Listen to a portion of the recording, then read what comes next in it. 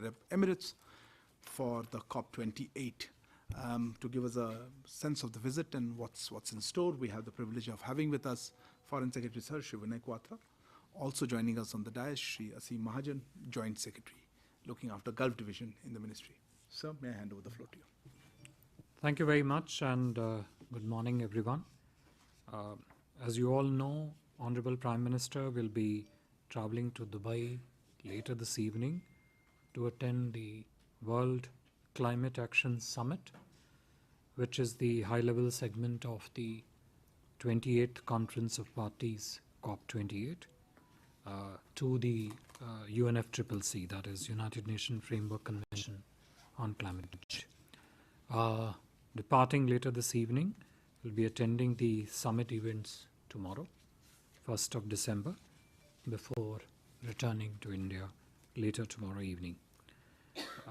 Just to recall, Honorable Prime Minister had last visited the UAE earlier in July this year. In terms of Prime Minister's participation at the COP28, Honorable Prime Minister will deliver his address at the opening session of the World Climate Action Summit. Besides his address to the COP28, Prime Minister will also be participating in 3 high-level side events, of which 2 are being co-hosted by India. The first high-level event, which is being co-hosted by India and the UAE, is the launch of Green Credits Initiative. If you would recall, this was something which was rolled out earlier this month or late last month by the Ministry of Environment in India. The Green Credits Initiative is based on the Green Credit Program, which was notified by the Ministry of Environment in October this year, and basically envisions the issue of green credits for plantations on waste and degraded lands and the river catchment areas in order to restore their vitality. The second side event, co-hosted by India and Sweden, is the launch of Lead IT 2.0, essentially a leadership group for energy transition. You're not able to hear? All right. Sure. The second event, which is co-hosted by India and Sweden, is the launch of Lead IT 2.0, Leadership Group for Industry Transition 2.0. This, you would recall, was a joint initiative launched by India and Sweden in 2019 at the UN Climate Action Summit in New York. Essentially, this initiative fosters collaboration among the decision makers, bringing together both the public sector and the private sector with the objective of accelerating the industry transition to net zero emissions, essentially from heavy industries. Honorable Prime Minister will also be participating in another high-level event, which is titled Transforming Climate Finance, which is to be hosted by the presidency of the COP28, that is the UAE. In terms of substance, as you all know, the Conference of the Parties, COP, is the supreme decision-making body of the UNFCCC that meets annually to assess progress in dealing with climate change, also discuss and negotiate further actions that the parties to the COP have to take, and make decisions on global climate action. Previously, Prime Minister has attended 2 climate conferences, COP21 in Paris in November 2015, where the historic Paris Agreement was concluded, and you would recall that International Solar Alliance was launched at that COP. And then COP26 in Glasgow, where Prime Minister made the announcement of Panchamrit, outlining the 5 key elements of India's action aimed at environment conservation and climate protection. Converting these announcements into action, India submitted its enhanced NDCs, nationally determined contributions, before COP27, and also submitted a long-term development strategy to pursue our goal of net zero emissions by 2070. India is among the few large economies which are on track to meet its nationally determined contributions.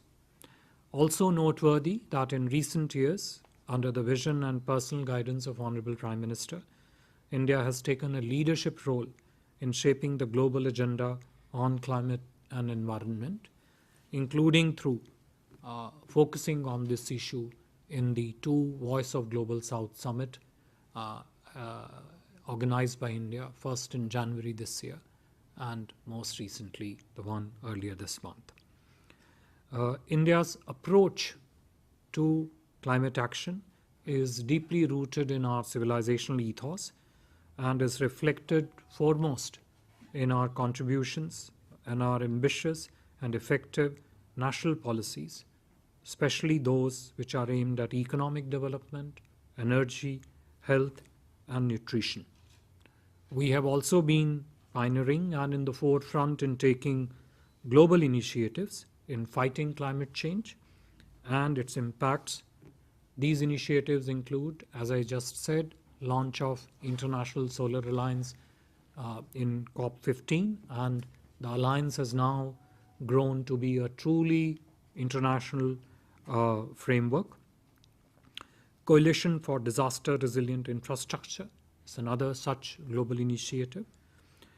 Infrastructure for Resilient Island States, and Mission Life, and the most recently in September this year on the sidelines of the G20 summit, the launch of the Global Biofuel Alliance. Our approach to climate action is also reflected in our principled positions in the international negotiations and our global efforts to help the rest of Global South in combating this serious challenge of climate change, as also its impact on the development framework of the developing countries. We have engaged, as you all know, very actively in the multilateral negotiations under the UNFCCC, and our approach has been to preserve an effective, cooperative, and equitable global architecture based on climate justice and the principles of equity and common but differentiated responsibilities and respective capabilities, CBDRE, RC. Most recently, India has been, as I said, been able to mainstream this discourse during the G20 presidency. Several of the decisions in the New Delhi Declaration reflect the discourse initiated, led by India, and various factors of our initiatives reflected in its decision, but also through the 2 Voice of Global South Summit. We have seen Green Development Pact, which was mentioned in the New Delhi Declaration, but also another accomplishment of the launch of Global Biofuel Alliance, which I just mentioned. This visit and the participation of Honorable Prime Minister at the COP28 would also give us another opportunity to further advance Prime Minister's vision and attempt to forge global consensus on this very important issue of climate change. I would stop here, and if there are questions, we'll try and answer them. Thank you. Thank you, sir. We'll open the floor for questions. Please introduce yourself and the organization that you represent. When do I start with the show? Morning, Foreign Secretary. This is Risha from Times Now. So, apart from this summit event, are we looking at any bilateral from our side with the leaders who are visiting for COP28? tomorrow in Dubai. Go ahead. So Siddhant from Vion. Sir, India has been pointing out that how the West has failed its commitment regarding climate finance, how much that will be focused during the Prime Minister's engagement and addresses at these the events. Yeah. Go ahead. Microphone to you. Yeah. Hi, sir. It's Christian this side from Reuters. I have a two-pronged question, sir. What is India's position on the recommendations made by Transition Committee 5 on the Loss and Damage Fund? Will India support its adoption today? And second, France and US are likely to propose a halt in private finance of coal-fired power projects actually. India, on the other hand, needs coal power and is rushing to have more plants to meet unprecedented demand. What will be India's stand on coal exit in COP28? Yeah. Next year. Go ahead.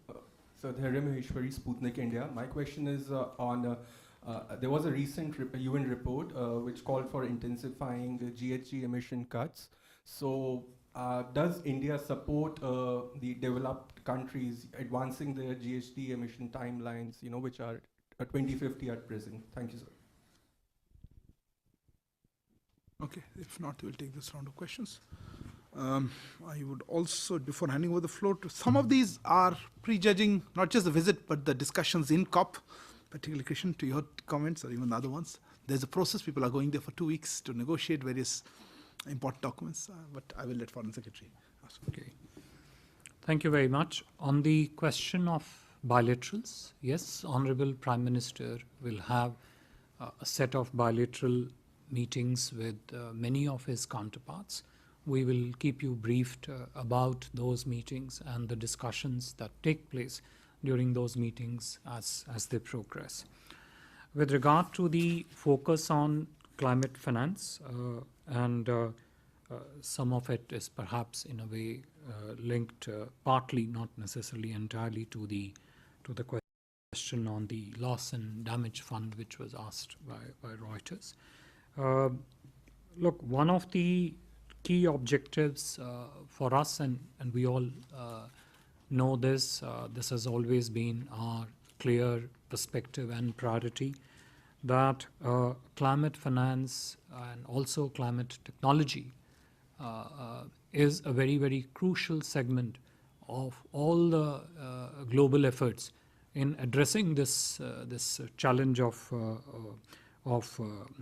environmental degradation. We expect a clear roadmap to be agreed at COP28 on climate finance, which would be important for delivering on the new collective quantified goals, which is NCQG at COP29. I have already mentioned in my opening remarks that Honorable Prime Minister is also scheduled to participate in a high-level presidency event which is focused exclusively on climate finance. The outcome of that event is under discussion by the principal participants at that event, and we will. It would be useful for those interested on this entire ecosystem of climate action issues, in particular climate finance, I would say even climate technology, to perhaps follow that event closely. In a way, the loss and damage part, we have always been interested in finding a successful outcome on operationalizing the loss and damage fund. This has always been very upfront in terms of our articulation. We think this will be of great benefit to the developing countries by providing them with potentially a new source of financial support to address the loss and damage aspect related to this. With regard to the question on coal and how it is positioned, look, if you look at not just the articulation of India's position, India's belief, and India's action related to climate change, and I would particularly draw your attention to the Panchamrit 5 principles that the Honorable Prime Minister announced at the COP26, and I'll just sort of put this up front here in order to to draw a proper correlation to how is coal looked at. One was to reduce the emission intensity of India's GDP by 45% by 2030 from 2005 level. One. Two, to achieve 50% cumulative electric power installed capacity from non-fossil fuel based energy resources by 2030. Three, to achieve 1 billion ton reductions in the projected emissions between then, when it was announced, and 2030, and to achieve 500 gigawatts of non-fossil fuel energy capacity by 2030, and of course, what I said earlier, achieve net zero by the year 2070. If you were to analyze each of these actions which the Prime Minister had outlined at COP26, you will clearly see India's commitment to look at, focus at, take targeted action towards green energy. Having said that, coal is and would remain an important part of India's energy mix. It has always been, as we move forward to meet our developmental priorities in the country. With regard to the greenhouse emission timelines, I've already clearly mentioned to you what our enunciated goals and priorities are.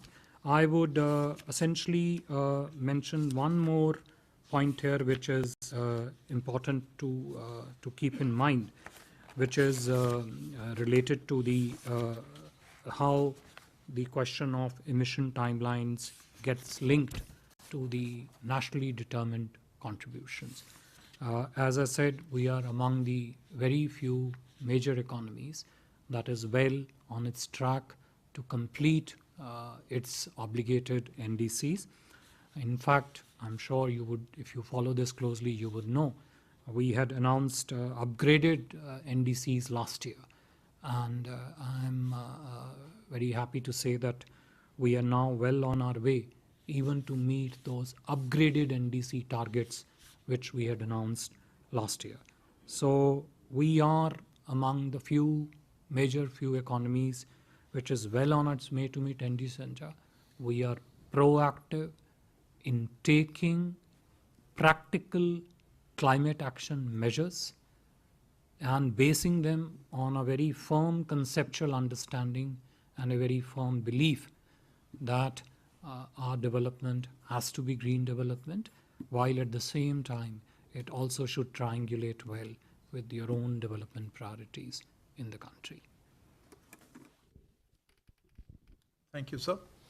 Okay, I see more hands. Okay. Morning, sir. Sridhar from the Asian Age. So I was just wondering, you outlined the big ticket announcements that were made by the PM at COP26 at Glasgow, and you said some upgraded NDCs were also announced last year. Any fresh set of such nationally determined goals, which are they likely to figure in the PM's opening remarks? And secondly, we saw during the Ukraine-Russia crisis the pressure on the fossil fuels, the pricing, and everyone was scrambling for these fossil fuel resources. So has that put somewhat a spanner in the works of the ultimate climate goals for the globe? Thanks.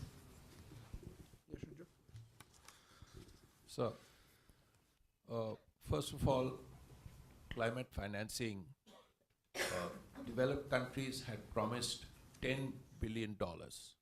How much of that has actually come? Secondly, sir, yesterday John Kerry. Go ahead, please. Yesterday John Kerry spoke about the importance of curbing methane emissions, apart from CO2, because methane has very high, is more dangerous in the short run. Now, apart from the petroleum industry, the one reason why methane emissions are as high as they are is rice cultivation. Now, how does India handle that? Another hand somewhere? Yeah, go ahead. Foreign Secretary, if you'll permit me, I'd like to ask... Introduce for the record. This is Suhasini Haider from The Hindu.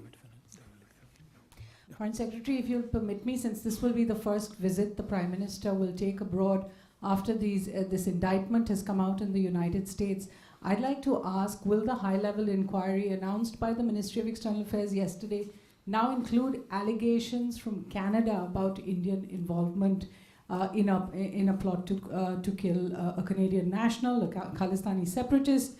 The Canadian Prime Minister has gone on the record. He has said, after this indictment, India should look at the allegations made more seriously. Thank you. What was the original question? Original question was... what is the first part of it? That will it be raised? That the Prime Minister... Yeah, no, I didn't ask if... yes, you just... sure. No. What's your question? My question was, this will be the first visit abroad the Prime Minister will be taking. So, since the indictment came out, this is what the Canadian Prime Minister has said. And I'd like a response on you want a response on this? Okay, fair enough. Also, especially, will that high-level inquiry that was announced now include the Canadian allegations? Because the indictment very specifically mentions them. Okay. And we had a couple of other questions. Yeah. Before that, I thought, Srinja, on your question, you said 10 billion. I'm not aware of the 10 billion number. It was supposed to be 100 billion a year. And then in the last G20 deliberations, in fact, if I remember, in the New Delhi Leaders Summit, there was an acknowledgement that we need to move from billions to trillions. And that, I think, is part of what the success of the G20 has been. So, yeah, that's one second. I'll come back to the answer. I just thought I'll clarify on the question part. Somebody else had a hand up? Yeah, go ahead. Foreign Secretary, sir, if you allow us another question on the India-US thing. Shruti Ranjan from Bloomberg. Sir, if you could give us an understanding, there is an inquiry that the MEA also talked about in a statement. Who is conducting that inquiry? If you could give us a broad understanding, which are the agencies? And also, sir, given the US's indictment, is India any clearer to understand who at all, if any, was the Indian government official involved? This is a briefing on the Prime Minister's visit to UAE for COP, but I will, I'll just do that. Okay. Anybody else has a question on this one? On this issue, which have been asked by Suhasini and Sudhi, since you... No, microphone before that. Yeah, please. So this is Abhishek Jha from CNN News 18, and since you are taking questions, maybe one round on this issue. Has India please don't make your assumptions a fact. Yeah, go ahead. So has India requested for extradition of Panoon, SFJ leader in USA? Okay. Anybody else on this question? I don't want to hear back in this already, but I'll handle it all together. You have a question, Shailesh? Yeah, go ahead. Sir, my name is Shailesh Kumar. I'm from National Defense. Do you see an international conspiracy to malign India or for a regime change, desiring a regime change as... Sorry, regime change? Yes, as we see that the Canadian... You have very low faith in our democratic process. I don't think you mean serious about that. International conspiracy, no, I got your question. If you take my question full, I can read that out. At least 2 of the accused in US indictment alleging Indian involvement are sources or have previous links with US agencies, while we see India's most wanted terrorist Gurpratwant Singh Pannu is harbored at the same building area, 529 14th Street, NW, Washington, where National Press Club is located. This is the same building. Some time back, we see a prominent Indian leader was invited there at the same building in the light of serious allegation of assassination. I think we'll have to keep the question tight. Sorry. And now a flawed indictment of... Your question was specific to, do you see an international conspiracy? I got your question. Yes. Somebody... No, this is not opening up the floor. I think there's similar questions. Yeah, what do you have? Microphone. Sir मैं मनीष झा हूँ TV9 से चूँकि US की तरफ से ये बताया गया कि जो एक इंडियन सिटीजन है निखिल गुप्ता उसको अरेस्ट कर लिया गया है तो और इसी केस में एक इंडियन ऑफिसर का भी नाम है तो क्या यूएस गवर्नमेंट ने इंडियन गवर्नमेंट से इस मामले में कांटेक्ट किया है इंडियन ऑफिसर को लेकर specific? Okay. No, I'm sorry. This is getting is a specific question. You didn't ask first round. You have something on this specific thing? Go ahead. Hi, sir. It's Krishnan again from Reuters. So my question is, the MEA yesterday announced that they had created this inquiry committee on 18th of November. But the US officials have been coming here for a few months before that, trying to raise this concern. What had been done before this committee was established, if any steps at all were taken from India's side? Okay. Good. Any other questions not related to this topic? No, I'm not related to this topic. On climate change, the Prime Minister's visit? No, nothing further? You have something on this? I'll close this with this. The indictment unsealed yesterday. You need to introduce Hi, I'm yourself. Krishna Pokhel from the Wall Street Journal. I know. And the indictment unsealed yesterday also showed that the US was intercepting communications to the Indian official mentioned in the indictment. And Canada has also said in its allegation that such interceptions were taking place. So any comments on this surveillance that was happening? Yeah. Okay. So there was this question also on climate finance in the beginning, as I mentioned. Let me start with that one. Just before I give the floor to sir, and I also wanted to make a comment on these other questions which are not part of our usual briefing. Now, on the climate finance part, I think there's some misunderstanding of it is not the money is coming to India. So we are not the right people to answer how much money has come to us. I think you're asking the wrong. We should ask, there is mechanisms within the UN framework. And I think the COP is a good opportunity to stock take. In fact, the global stock take is part of COP28. And we are also looking forward to this high-level meeting on climate finance. And I think precisely these are the issues that will be asked. We have, of course, talked about the need for additional financing. So I don't think that's a question for answering at this point. On me, and I'll lift sir answer. But before I go on that, look, I think that this is, usually we do not take any questions which are not related to the visit. However, this is a pressing question, as I can see from a lot of queries. So let me make clear what our position has been on that. And before I hand over the floor to sir on the visit. Look, as you would have seen, as we have informed earlier, during the course of discussions with the US on bilateral security cooperation, the US side shared some inputs pertaining to nexus between organized criminals, gun runners, terrorists, other extremists. We take, of course, such inputs very seriously, and a high-level inquiry committee has been constituted to look into all the relevant aspects of the matter. And necessary follow-up action will be taken based on the findings of the inquiry committee. You would have seen this in our statements that we have issued. We cannot share any further information on such security matters. As regards the case against an individual that has been filed in a US court, allegedly linking him to an Indian official, this is a matter of concern. We have said, and let me reiterate, that this is also contrary to government policy. The nexus between organized crime, trafficking, gun running, and extremists at an international level is a serious issue for law enforcement agencies and organizations to consider. And it is precisely for that reason that a high-level inquiry committee has been constituted, and we will obviously be guided by its results. I've seen a series of questions that you've asked on this issue. I don't think there's anything additional that I would like to say on that, and I would hand over the part to FF.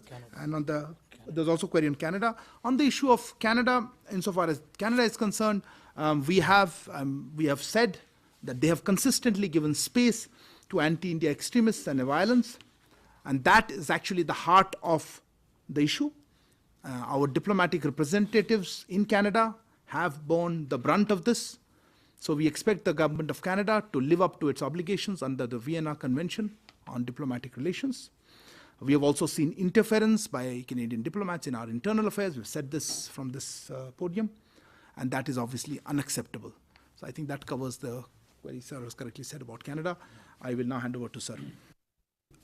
See, the question on whether Honorable Prime Minister will be making any fresh announcements, whether with regard to the NDCs or other initiatives, I think it would not be correct really for us to prejudge in any way what the substance of Honorable Prime Minister's interventions, his thought processes at different events would be. But as I said earlier, this is only the third COP that the Honorable Prime Minister is attending. We attach tremendous significance and importance to the outcomes that are scheduled to come from this COP. I listed out some of the key elements of what would be under focus at this COP, and that included a substantial segment of climate finance.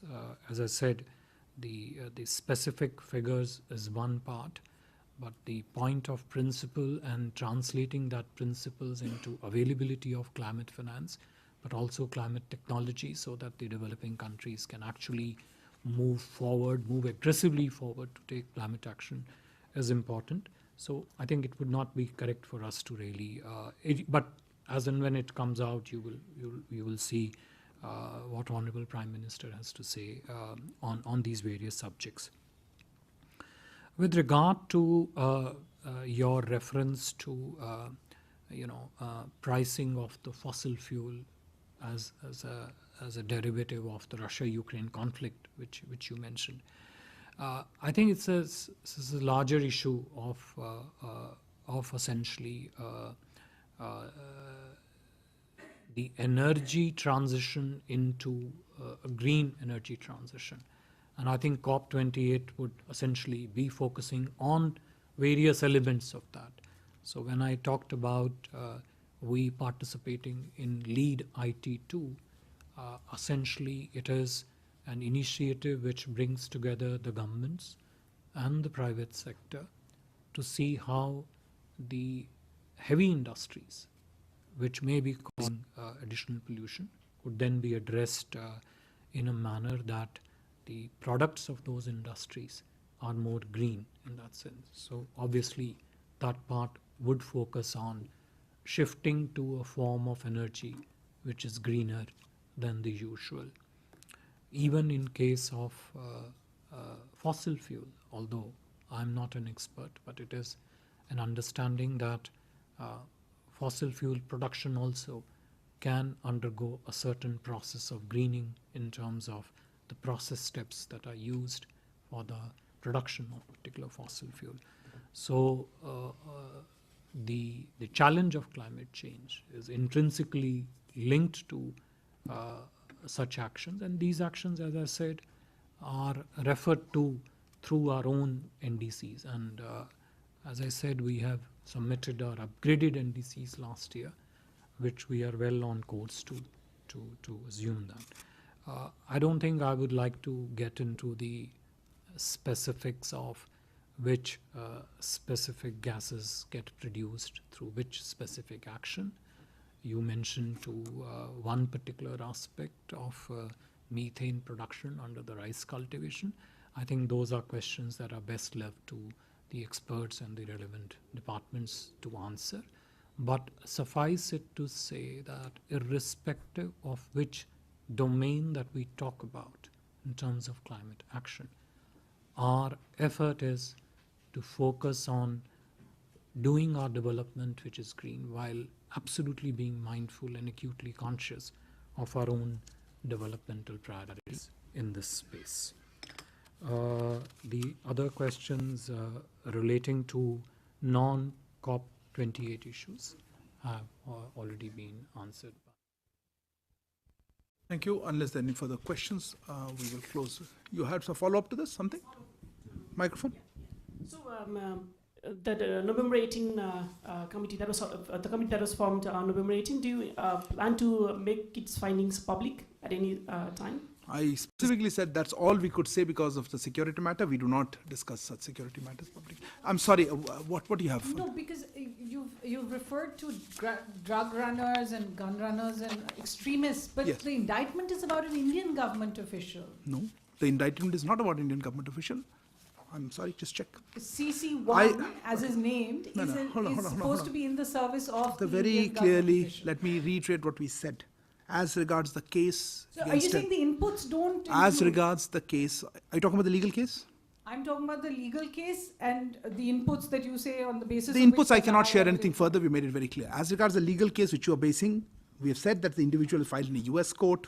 It is allegedly linking that person with a Indian official. That is a matter of concern. We have said, and as I said, that is not government policy, and there is a high-level inquiry. And we've also talked about the, as you mentioned, nexus between organized crime, drug trafficking, gun running, and extremists, and that's something that needs to be investigated. I think this high-level committee is precisely constituted for that, looking at all aspects, and let's wait for its results, and we'll take it forward. Thank you all for joining us for the special briefing. Please stay tuned for as Prime Minister's visit unfolds. Thank you very much.